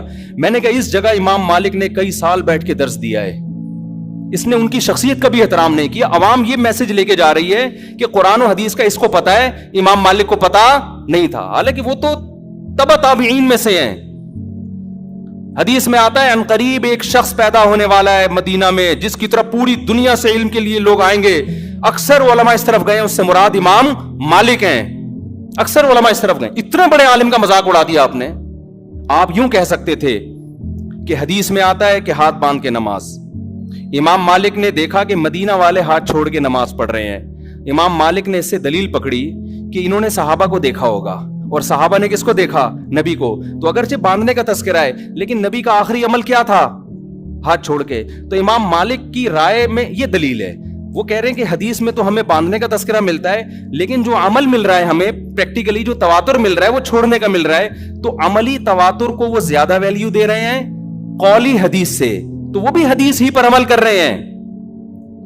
پھر آپ ایک رائے بیان کر دیتے کہ بھئی ان کی رائے بھی ٹھیک ہے، دلیل ان کی بھی بنتی ہے، لیکن ہم حدیث کے ظاہر کو دیکھتے ہیں، بھئی باندھنے کا تذکرہ ہے تو ہم کہتے ہیں نبی نے جو چھوڑ کے نماز پڑھی ہوگی، ہو سکتا ہے وہ کسی عذر سے پڑھی ہو، یا ہو سکتا ہے کہ جی وہ آسانی کے لیے، یہ بتانے کے لیے کہ یہ بھی جائز ہے.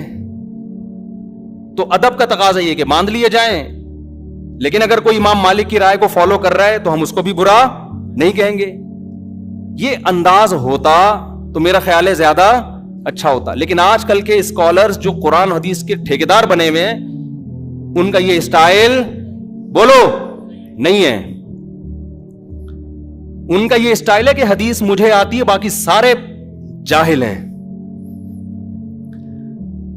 یہ تو امام مالک کے بارے میں. اگر وہ پوچھ لیتے نا رفع الیدین کا مسئلہ امام حنیفہ کا، پھر تو وہ ایک دم آگ نکلنا شروع ہو جاتی. جو اسٹائل امام مالک کا تھا کہ مدینہ میں نے لوگوں کو ہاتھ چھوڑ کے نماز پڑھتے ہوئے پایا ہے، رفع الیدین نہ کرنے کے بارے میں وہی دلیل کس کی ہے؟ امام ابو حنیفہ کی، کہ کوفہ علم کا مرکز تھا. کوفہ میں عبداللہ بن مسعود اور علی رضی اللہ تعالیٰ عنہ کے آ کے آباد ہوئے. یہ دونوں صحابہ علم میں دوسروں سے بہت زیادہ تھے. ان کے شاگرد جتنے بھی کوفہ میں تھے رفع الیدین نہیں کرتے تھے. امام ابو حنیفہ نے اس سے استدلال کیا کہ ٹھیک ہے بخاری مسلم تو امام حنیفہ کے بعد آئی ہے، لیکن صحیح حدیثیں رفع الیدین کرنے پر بھی ہیں. لیکن یہ جو آخر میں نہیں کر رہے اتنے سارے صحابہ، تو یہ اس کی علامت ہے نبی نے آخر وقت میں ترک کر دیا تھا. آپ اس دلیل پہ آپ یہ کہہ سکتے ہیں کہ مجھے یہ دلیل سمجھ میں نہیں آتی. میری رائے یہ کہ کیونکہ بخاری میں ہے تو ہم رفع الیدین کریں گے. ٹھیک ہے، آپ کی نہیں سمجھ میں آ رہی تو ٹھیک ہے، ہم تو مانتے ہیں نبی نے کیا ہے. لیکن اگر ابو حنیفہ اہل کوفہ اور صحابہ تابعین جو ان کے شاگرد تھے ان کے عمل سے استدلال کرتے ہوئے نہ کرنے کا فتویٰ دے رہے ہیں، آپ ان کی نماز کو بولو خلاف سنت ہے، اس کا مطلب آپ اپنی رائے کو دوسرے پر تھوپنا چاہتے ہیں. امام ترمذی جو امام بخاری کے شاگرد ہیں، جب رفع الیدین کرنے کا ذکر کیا نا انہوں نے، آپ ترمذی میں دیکھ سکتے ہیں عربی میں، تو اس میں کہتے ہیں وَبِهِ يَقُولُ بَعْضُ أَهْلِ الْعِلْمِ مِنْ أَصْحَابِ النَّبِي. رفع الیدین کرنا بعض اہل علم صحابہ کی رائے تھی. جب رفع الیدین نہ کرنے کا تذکرہ کیا ہے تو پھر لکھتے ہیں وَبِهِ يَقُولُ غَيْرُ وَاحِدٍ مِّنْ أَهْلِ الْعِلْمِ مِنْ أَصْحَابِ النَّبِي، یہی اہل علم صحابہ میں بہت سارے لوگوں کی رائے ہے. یہ کون کہہ رہے ہیں؟ امام بخاری کے شاگرد. حالانکہ وہ خود بھی رفع الیدین کے قائل تھے، لیکن دلیل میں صحابہ کی جب بات آ رہی ہے تو کیا کہہ رہے ہیں؟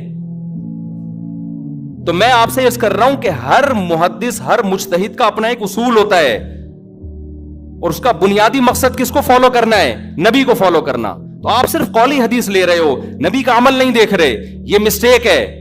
تو نبی نے پہلی علامت کیا بیان کی؟ ما انا علیہ، بولو نا، وہ اصحابی، جس پر میں ہوں، جو میرا عمل ہے جس پر.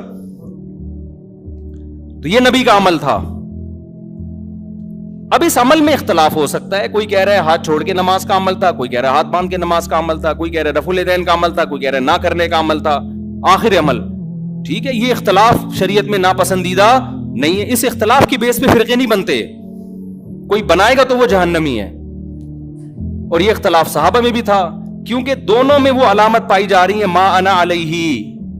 کامیاب فرقے کی علامت کیا ہے؟ جس پر نبی کا عمل. تو نبی کا عمل دونوں پر ہے نا، تو اس میں آپ دونوں میں سے کسی کو بھی غلط بولو نا یار. نہ ہاتھ باندھ کے نماز پڑھنے والے کو، نہ ہاتھ چھوڑ کے، نہ رفع الیدین کرنے والے کو، نہ کرنے والے کو، کیونکہ دونوں کے پاس دلیل ہے، دونوں مکتبہ فکر کی، اور دونوں کہاں سے ثابت کرتے ہیں؟ نبی سے. تو اس بیس پہ جتنا بھی اختلاف ہو، اس اختلاف سے جنت اور جہنم کا فتویٰ نہیں لگتا. سمجھ میں آ رہی ہے بات؟ اگلی بات، نبی یہاں کہہ کے رکے نہیں صرف ما انا علیہ. اگر آپ رک جاتے تو ہم صحابہ کو بیچ سے نکال دیتے. ہم کہتے ہیں حدیث میں کیا آ رہا ہے، بس. نبی نے فرمایا وَأَصْحَابِي. کیوں؟ اب دیکھو ترتیب کیا ہے. آپ نے قرآن کا ذکر کیوں نہیں کیا؟ کیونکہ قرآن کی لوگ ایسی تشریح کریں گے جو نبی کی تشریح کے خلاف. جیسے غامدی صاحب، اللہ ان کی عمر میں برکت دے، بہت ساری تشریحات ایسی کرتے ہیں قرآن کی جو حدیثوں کے خلاف جا رہی ہیں. نبی نے شادی شدہ زانی مرد کو رجم کیا ہے، ساری دنیا جانتی ہے، متواتر روایات ہیں. وہ قرآن کی آیت کی تشریح کرتے ہیں کہ زانی مرد اور عورت کو 100 کوڑے مارو. تشریح ایسی کر رہے ہیں جس میں شادی شدہ کو بھی شامل کر رہے ہیں، حالانکہ یہ کنواروں کے بارے میں نازل ہوئی ہے. حدیث سے پتہ چلتا ہے، متواتر حدیث سے. تو نبی نے کیا فرمایا؟ قرآن کا تذکرہ کیوں نہیں ڈائریکٹ اپنے عمل کو پیش کیا، تاکہ لوگ قرآن کی وہ تشریح نہ کریں جو میرے عمل کے، صرف میری حدیث نہیں، میرے عمل کے بھی خلاف ہو. اور عمل بھی نبی کا اصل میں حدیث ہی کہلاتا ہے. 2 قسمیں، قولی اور ایک فعلی. آپ نے ایک عمل کیا، صحابہ نے سینہ بسینہ اس عمل کو نقل کیا، یہ بھی حدیث ہے، چاہے بخاری میں نہ بھی ہو، چاہے مسلم میں نہ بھی ہو. دوسرا، آپ نے ان لوگوں پہ رد کرنے کے لیے جو حدیث کی تشریح اخپل طریقے سے کریں اور اس میں صحابہ کو بیچ سے نکال دیں، ان کو نکالنے کے لیے آپ نے کیا فرمایا؟ میرا اور میرے اصحاب کا عمل. سمجھ میں آ رہی ہے بات؟ میرے اور میرے اصحاب کا عمل. کیا مطلب؟ ایسے فرقے آئیں گے جو قرآن کی تشریح اخپل طریقے سے کریں گے، حدیث کو بیچ سے نکال دیں گے، یہ بھی جہنمی، چاہے وہ اپنے آپ کو صبح و شام اہل قرآن کہتے ہوں. لیبل جو منکرین حدیث ہیں ان کا پتہ ہے اپنے فرقے کا نام کیا رکھا ہے؟ اہل قرآن. اور جب آپ ان کے سامنے بیٹھو گے قرآن کے فضائل بیان کرنا شروع کر دیں گے، بار بار قرآن کیا کہتے ہیں، اللہ کا کلام. مقصد قرآن کی فضیلت نہیں ہوگی، مقصد حدیث کا انکار ہوگا. سمجھتے ہو گے نہیں سمجھتے؟ لوگ متاثر ہوتے ہیں، یار یہ ماشاءاللہ اللہ کے کلام کو کتنا فوکس کرتے ہیں، ماشاءاللہ ماشاءاللہ کتنا ان کے دل میں اللہ کے کلام کا جلال ہے. بھائی یہ جو آپ کے سامنے صبح و شام قرآن کے فضائل بیان کر رہا ہے، اس کا مقصد حدیث کی نفی ہے. ایک آدمی قرضہ مانگنے کے لیے آیا اور آپ سے کہہ رہے سفارش کر دیں کہ وسیم بھائی مجھے قرضہ دے دیں. دوسرا بھی آ گیا قرضہ مانگنے کے لیے، آپ چاہ رہے ہو اس کو نہ ملے اس کو مل جائے، آپ کو پتا ہے یہ سیٹ ایک ہی آدمی کو دے گا. اب آپ نے دوسرے کی بے پناہ تعریفیں شروع کر دی، تو یہ تعریفوں میں ضمناً دوسرے کی کیا ہے؟ برائی ہے. یہ بندہ ٹھیک نہیں ہے، اس کو نہیں دو، ٹھیک ہے نا. لیکن نام پرویزی فرقے نے اپنا نام کیا رکھا ہوا ہے؟ اہل قرآن. اہل قرآن. تو اسی طرح جب حدیث نبی نے ہمیں پہلے بتا دیا کچھ لوگ ایسے آئیں گے جو حدیث کی تشریح ایسی کریں گے جو صحابہ کی سمجھ میں نہیں آئی. نام کچھ بھی رکھ سکتے ہو آپ, اہل حدیث رکھ سکتے ہو آپ, اہل قرآن رکھ سکتے ہو آپ, دیوبندی رکھ سکتے ہو آپ, محمدی رکھ سکتے ہو, کچھ بھی رکھ سکتے ہو. عمل دیکھا جائے گا پریکٹیکلی ہو کیا رہا ہے. بھئی صحابہ کیوں نہیں, صحابہ کا فتویٰ یہ کیوں نہیں ہے؟ اور ان صحابہ میں بھی آپ نے سب سے زیادہ ہائی لائٹ کیا خلفائے راشدین کو. علیکم بسنتی وسنت الخلفاء الراشدین المہدیین, میری اور خلفائے راشدین کی سنت کو لازم پکڑو. میں دعوے سے کہتا ہوں خلفائے راشدین کے دور میں کوئی ایک مسجد دکھا دو جس میں رمضان میں 8 رکعت تراویح ہوتی ہو, کوئی ضعیف سند دکھا دو میرے بھائی. آپ بخاری مسلم کی حدیثیں جو 8 رکعت والی اس کی تشریح ایسی کر رہے ہیں جو صحابہ میں کسی کی سمجھ میں بولو نہیں آئے. اس کا مطلب آپ کی تشریح غلط ہے. بعض لوگ کہتے ہیں حضرت عمر سے ایک ضعیف روایت پیش کرتے ہیں کہ اس میں 8 کا تذکرہ ملتا ہے, وہ ضعیف روایت ہے. مان لو تو صحابہ کو نبی نے حکم دیا عمر کو فالو کرو نا, تو اگر حضرت عمر نے 8 پڑھوائی تھیں تو پھر پوری دنیا میں ہمیں 8 ملتی کیوں نہیں ہے؟ کوفہ میں, بصرہ میں, دمشق میں, مصر میں 8 سے زیادہ کیوں ملتی ہیں ہمیں؟ آج لوگ کہتے ہیں مکہ مدینہ میں 8 ہو رہی ہیں. بھئی آج کا مکہ مدینہ لوگے یا 1200 سال 1300 سال پہلے کا مکہ مدینہ لوگے؟ آج لوگ کہتے ہیں سعودی عرب میں 3 کو 1 کہتے ہیں. او بھائی سعودی عرب میں آج کہتے ہیں نا, 1400 سال سے سعودی عرب میں 3 کو 3 ہی کہتے تھے. تو 1400 سال سے جو اسلام تھا وہ والا صحیح تھا یا آج جو اسلام ہے وہ والا صحیح ہے؟ کھوپڑی کام نہیں کر رہی لوگوں کی, یعنی عجیب. ایک صاحب مجھے کہنے لگے آپ لوگ پتہ نہیں کیا باتیں کرتے ہو, وہاں تو مصر میں بھی 3 طلاق کا 1 ہو گئی ہے, سوڈان میں بھی 3 1 ہو گئی ہیں, اور پاکستان میں بھی ہو رہی ہیں قانونی. اور میں نے کہا یہ اب ہو رہی ہیں, اسلام آج آئے 1400 سال پہلے آیا تھا. اب ہونا اس کی علامت ہے کہ اب تک نہیں تھا, اب تک 3 ہی تھیں. لوگ کہتے ہیں پوری دنیا میں 8 تراویح ہو رہی ہے, آپ لوگ کو پتہ نہیں کیا 20 پڑھ رہے ہو. کب سے شروع ہوئی ہیں 8؟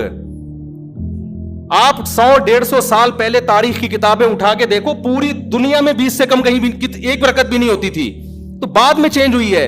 اب جو چینجنگ ہو رہی ہے وہ قابل قبول نہیں ہے. اب تو چینج اب تھوڑی لوگ. عبداللہ بن مسعود کا مشہور قول ہے من کان منکم مستنن فلیستن بمن قد مات. جو تم میں فالو کرنا چاہتا ہے پہلوں کو فالو کرے, اس لیے کہ زندہ لوگوں کے بارے میں یہ خوف ہے کہ وہ فتنے سے محفوظ نہیں ہے. زندہ لوگ بک بھی جاتے ہیں, ان کے اپنے مفاد بھی ہوتے ہیں, سیاسی مفاد بھی ہوتے ہیں, حکومتی دباؤ بھی ہوتا ہے. اب حرمین میں کہہ رہے ہیں 10 رکعت تراویح ہو گئی. بھائی کیا پتا بادشاہ نے ایک آرڈر دیا ہو کہ 10 ہوں گی. ہمارے ایک دوست فجر کی نماز کا ٹائم داخل, اقامت ہو رہی, بیٹھے ہوئے ہیں.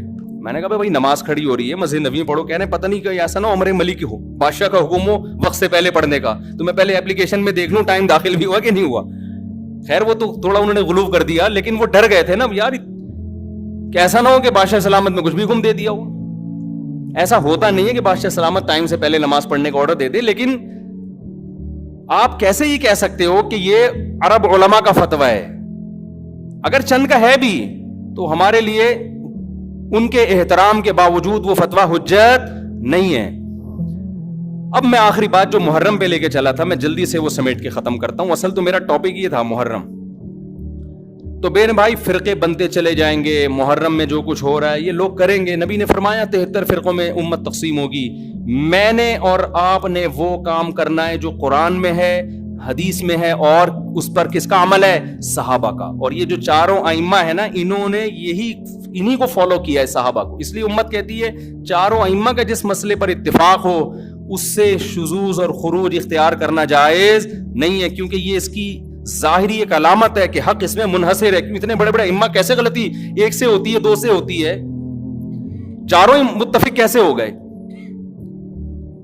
اور اگر آپ نہیں مانتے تو اتنی بات تو مانتے ہو نا, نبی اور صحابہ یہ تو منسوس ہے نا. تو مجھے بتاؤ محرم صحابہ کی زندگی میں آیا تھا کہ نہیں آیا تھا؟ اہل بیت کی زندگی میں آیا تھا نہیں آیا تھا؟ کوئی ایک صحیح روایت ہمیں ملتی ہے کہ اہل بیت نے وہ کچھ کیا جو آج ہم کر رہے ہیں؟ کیا حضرت حسین ابن علی رضی اللہ عنہ سید الشہداء کیا انہوں نے ماتم کی ترغیب دی ہے یا ان کے اولادوں نے ماتم کی ترغیب دی ہو؟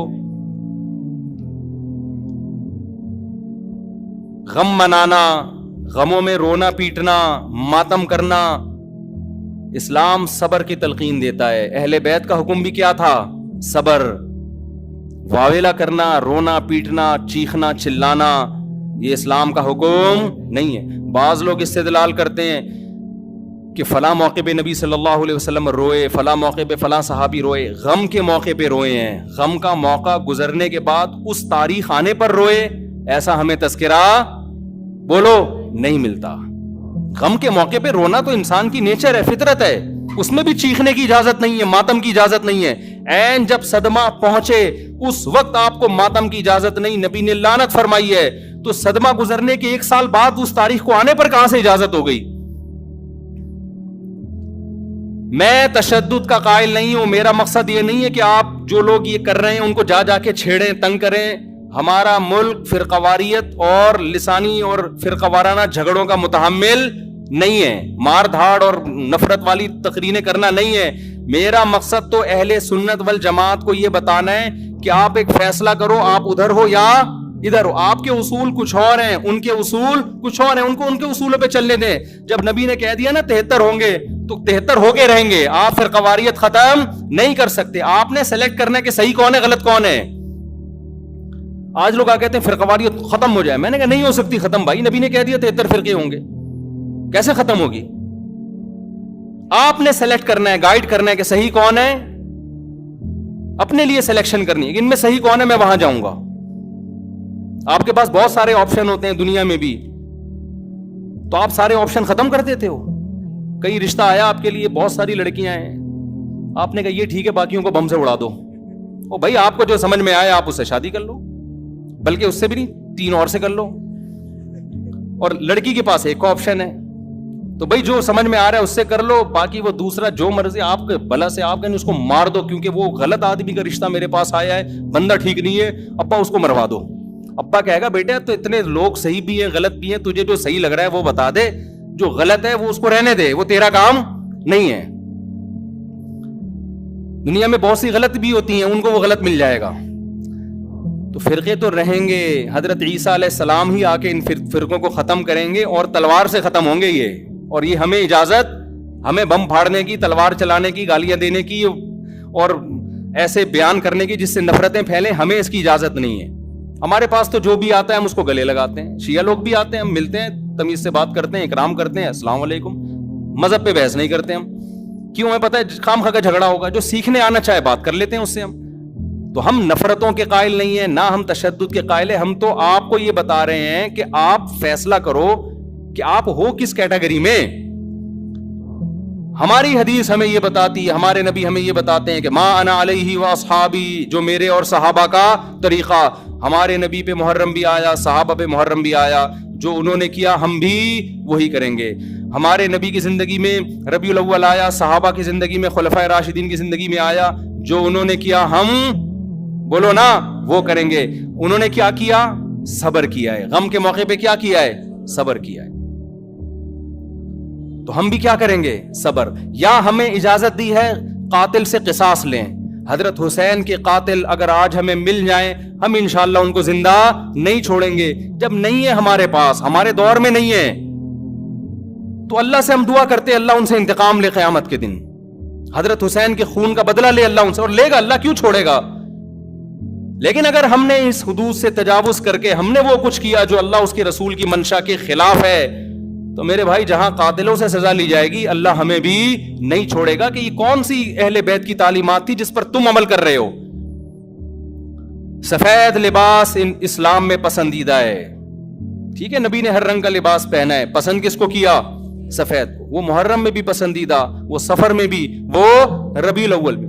جیسے ہی رشتہ میسر ہو، اسلام حکم دیتا ہے نکاح میں تاخیر نہ کرو، چاہے محرم ہو، محرم ہے تو سفر تک ڈیلے نہ کریں، سفر میں رشتہ ملا تو ربیع الاول تک ڈیلے نہ کریں۔ ویسے بھی میرے بھائی جس نے 4 شادیاں کرنی ہوں گی، وہ اگر ڈیلے کرنا شروع کر دے تو اس کی ہو گئی۔ پھر اسلام میں تو یہ کہ جلدی نکاح کرو، محرم میں بھی کریں, جو نہیں کر رہے ان کو چھوڑ دیں, اپنے ان کا فرقہ ہے, ان کا مسلک ہے, چھیڑے نہیں کسی کو, جا کے بحث نہ کریں. دفتروں میں بحثیں خامخواہی شروع ہو جاتی ہیں. آپ نے اپنے بارے میں فیصلہ کرنا ہے, میں کدھر ہوں, میں کدھر کھڑا ہوں. جو کالے کپڑے پہننے دیں, نہ ان پہ طنز کریں, نہ ان پہ ہوٹنگ کریں, یہ جائز نہیں ہے, اس سے نفرتیں پیدا ہوں گی. جو کر رہا ہے کرنے دو. آپ کے بچے جب پوچھیں ابو انہوں نے کالے کپڑے پہنے, بولیں بیٹا ان کا فرقہ ہے, ہم لوگ اس فرقے کے نہیں, ختم ہو گئی بات. تو ابو ہم اس فرقے ہم کیوں نہیں ہیں؟ بیٹا ہم, حدیث میں آتا ہے کہ ما انا علیہ و اصحابی. جب بچہ آپ کا پوچھے نا تو آپ بتائیں, حدیث میں آتا ہے جو میرے اور صحابہ نے, چونکہ صحابہ نے یہ نہیں کیا تو ہم بھی نہیں کر رہے. تو بیٹا پوچھے گا پھر یہ کیوں کر رہے ہیں؟ تو بیٹا جو ان کا کام ہے وہ ان سے پوچھنے کا ہے, وہ مجھ سے پوچھنے کا نہیں ہے. اب بچہ جائے گا ان سے پوچھنے کے لیے, اس کو بولیں بیٹا جب بڑے ہو جاؤ گے نا پھر جا کے پوچھنا, ابھی پوچھا تو رپلائی بھی ہوگا, اس سے کیا پیدا ہوگا؟ فتنہ. تو بچے میں کھوپڑی ہوگی تو وہ اتنی بات اس کی کھوپڑی میں انشاءاللہ آ جائے گی, 2 اور 2 4 کی طرح. پھر بچہ کہے گا ہمیں کیا کرنا چاہیے؟ اس کو بتا دو بیٹا قرآن میں صاف طور پہ لکھا ہوا ہے کہ ہم نے بنی اسرائیل سے عہد لیا تھا کہ ان احکام کو فالو کرنا ہے. بنی اسرائیل نے ان احکام کو چھوڑ کر فرقے بنا دیے. تو بیٹا قرآن میں سورہ بقرہ میں اللہ کہہ رہا ہے ان احکام کو فالو کرو, وَاعْبُدُوا اللَّهَ, اللہ کی عبادت کرو. سمجھتے ہو بیٹا ہم نے کیا کرنا ہے؟ اللہ کی عبادت. ابو عبادت کیسے کرنی ہے؟ بیٹا 5 نمازیں پابندی سے پڑھنی ہے, ٹھیک ہے نا. زندگی میں 1 دفعہ حج کرنا ہے. بیٹا سال میں 1 دفعہ زکوٰۃ دینی ہے, اس کے حکام علماء سے پوچھ لو. یہ کرنا ہے ہم نے, محرم میں بھی کرنا ہے, سفر میں بھی کرنا ہے, ربیع الاول میں بھی کرنا ہے, اور ربیع الثانی میں بھی کرنا ہے. جس کا جو حکم آتا جائے, رمضان میں روزے رکھنے ہیں, حج کے ایام میں حج کرنا ہے, وہ اللہ نے ڈیٹیں ہمیں بتا دی. ابا محرم میں کیا کرنا ہے؟ بیٹا محرم میں 9 10 یا 10 11 کا روزہ رکھنا ہے, اور زیادہ روزے رکھ سکتے ہو تو سبحان اللہ. حدیث میں آتا ہے سب سے زیادہ رمضان کے بعد روزوں کا ثواب کس مہینے میں ملتا ہے؟ محرم میں ملتا ہے. بیٹا ہم نے یہ کرنا ہے. سمجھ میں آ رہی ہے بات کی نہیں آ رہی؟ اور کیا کرنا ہے؟ اور اس سے بولو, قرآن میں اللہ کہتا ہے وَلَا تُشْرِكُوا بِهِ شَيْئًا, اللہ کی عبادت کرنی ہے, اس کے ساتھ کسی کو شریک نہیں, پکارنا نہیں ہے صرف یا اللہ مدد, نہ یا علی مدد, نہ یا غوث اعظم مدد, نہ یا رسول اللہ مدد. یہ سارے نعرے بیٹا ہم لوگوں کے بولو نہیں. اچھا ابو فلاں نے فلاں کتاب میں لکھا ہے کہ یا رسول اللہ مدد, تو دائرے اسلام سے خارج ہے. بیٹا کون دائرے میں داخل ہے کون خارج ہے یہ تیرا ہیڈیک, کیونکہ بچے نے اس کو لے کے پھر وہ فتوے دینا شروع. بیٹا اس کو چھوڑ دے اپنے حال پہ, میں جو تو نے کرنے کے کام ہے وہ میں تجھے بتا رہا ہوں. وہی ہے نا, ایک آدمی رات کو تہجد میں اٹھ کے دعا مانگ رہا تھا, اے اللہ سارے لوگ سو رہے ہیں, میں اکیلا جاگا ہوا ہوں, اس عمل کی لاج رکھ لے, سارے لوگ خراٹے لے رہے ہیں, میں اکیلا. لوگوں نے کہا بھائی تو اپنی باتیں بتا, ہماری برائیاں کیوں کر رہا ہے اللہ کے سامنے؟ ایک آدمی نے کمبل نکال کے بولا بھائی تو اپنا بتا نا, ہماری برائیاں ہمیں کیوں ساتھ میں گھسیٹ رہا ہے, یہ لوگ سو رہے ہیں. تو بیٹا یہ آپ کے کرنے کا کام ہے, باقی آپ کسی بھی فتوے کون یا رسول اللہ کہہ رہے ہیں, کون کس کا کیا مطلب ہے, چھوڑو اس بحث کو. اس میں پھر بڑی طویل بحثیں ہیں, یہ ایسے دلدل میں پھنسو گے نکلنے کے قابل نہیں رہو گے. اچھا ابو اور کیا کرنا ہے میں نے؟ تو ان کو بتاؤ وَاعْبُدُوا اللَّهَ وَلَا تُشْرِكُوا بِهِ شَيْئًا وَبِالْوَالِدَيْنِ احسانا. بیٹا ماں باپ کے ساتھ کیا کرنا ہے؟ احسان. کیسے احسان کرنا ہے؟ اللہ کہتے ہیں لا تقل لهما اف, ماں باپ کے سامنے اف بھی نہیں کہنا, ان کے قدموں میں جنت تلاش کرنی ہے, محبت سے ان کی پیشانی پر دیکھنے سے حج عمرے کا ثواب ملے گا. سب سے بڑا حق اللہ رسول کے بعد کس کا ہے؟ والدین کا. ابا اور کیا کرنا ہے میں نے؟ وَبِالْوَالِدَيْنِ احسانا وَبِذِي الْقُرْبَى. بیٹا جو رشتہ جتنا قریب ہے اس سے بنا کے رکھنی ہے. ماں باپ کے بعد سب سے قریبی رشتہ بھائی بہنوں کا ہے, ان سے توڑنے نہیں دیکھنا, چاہے محرم ہو چاہے سفر میں ہو. کوئی روٹھا ہوا ہے تو اس کو جا کے کیا کر لو, راضی کر لو, ان پہ خرچ کرو, ہدیے دو, ان کو نذرانے دو, تاکہ یہ جڑیں. جو رشتہ داری توڑتا ہے وہ محرم میں جو مرضی کر لے, حدیث میں آتا ہے وہ جنت میں نہیں جائے گا, چاہے وہ ربیع الاول میں جو مرضی کر لے. ابا اور کیا کرنا ہے؟ بیٹا رشتہ داری میں سب سے پہلا کام یہ ہے, قرآن کہتا ہے عورت کی میراث نہیں کھانا. میں مر جاؤں اپنی بہن کی وراثت اس سے پوچھے بغیر فوراً ہینڈ اوور کر دینا. سمجھ میں آ رہی ہے بات کی نہیں آ رہی ہے؟ فوراً کیا کر دینا, اس کے حوالے کر دینا, میں مر جاؤں تو. ایسا نہ ہو 20 سال تک مانگتی رہے, یا آپ بولو ہم نے جہیز اتنا دے دیا تھا. اور بھی اس طرح کے حکام ہے جو سورۃ بقرہ میں ایک ہی جگہ اللہ نے وَقُولُوا لِلنَّاسِ حُسْنًا. جب بھی لوگوں سے بات کرنی ہے اچھے اخلاق سے بات کرنی, تمیز سے بات کیا کرو. بیٹا جب تم بات کرتے ہو تو لگتا نہیں ہے کہ تم نے تمیز کہیں سے سیکھی بھی ہے. آہستہ آواز میں بات کیا کرو, دھیمے لہجے میں بات کیا کرو. یہ تو نہ کہیں تمیز سیکھی بھی نہیں ہے, پھر اور بدتمیز بن جائے گا. تو وَقُولُوا لِلنَّاسِ حُسْنًا وَأَقِیمُوا الصَّلَاةَ, نمازوں کو پابندی سے قائم کرو. یہ ہمارا اسلام ہے جو محرم میں بھی ہے, سفر میں بھی ہے, ربیع الاول میں بھی ہے. اس کے علاوہ جو کچھ ہے میرے بھائی وہ ہماری اپنی اختراعات ہیں, ایجادات ہیں, اس میں اللہ کی رضا شامل نہیں ہے. اللہ تعالی ہمیں سمجھنے کی, عمل کی توفیق عطا فرمائے.